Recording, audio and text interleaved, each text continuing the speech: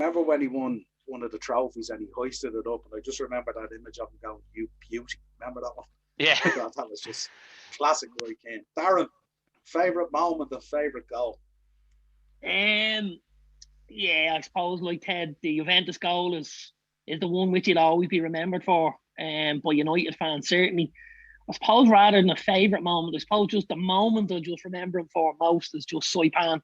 I know that's extensive to United, but it just blew me away that he would go to a World Cup and whatever you're at a World Cup. Ireland were in good shape at that stage. You've heard the players say if we'd Keane in that Spain game, we'd have beaten them.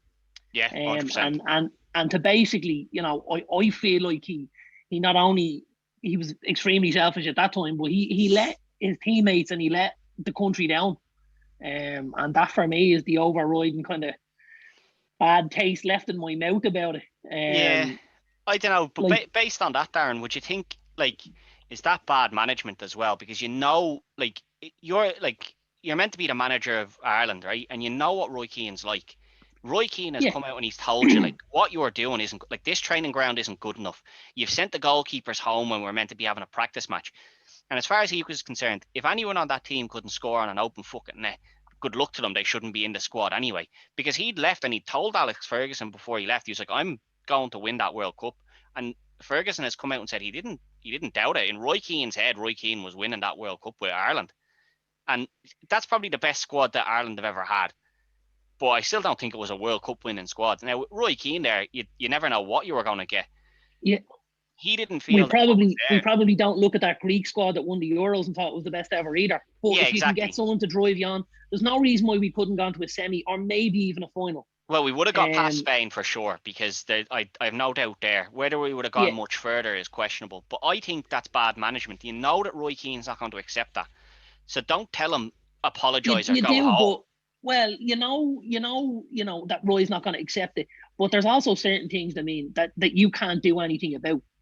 Like if the training kit gets lost on the way over, and it doesn't arrive on time, and if Roy knew that 2 days out they were moving to a new training pitch.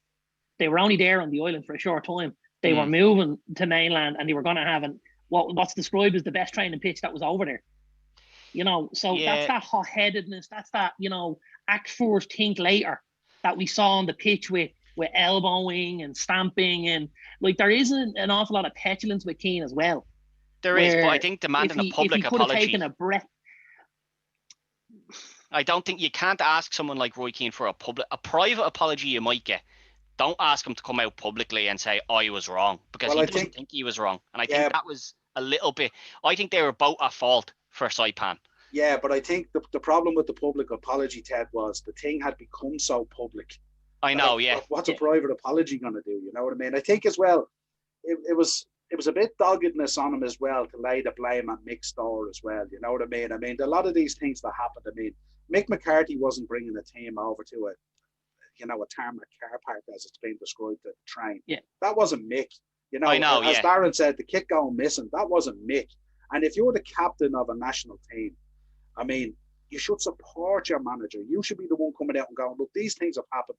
We know they've happened. They're being dealt with. I'm here to support Mick. You know what I mean? I'm here to support the team. He walked out on his national team. You know what I mean? And I know we're mainly dealing with his United career, but when you look back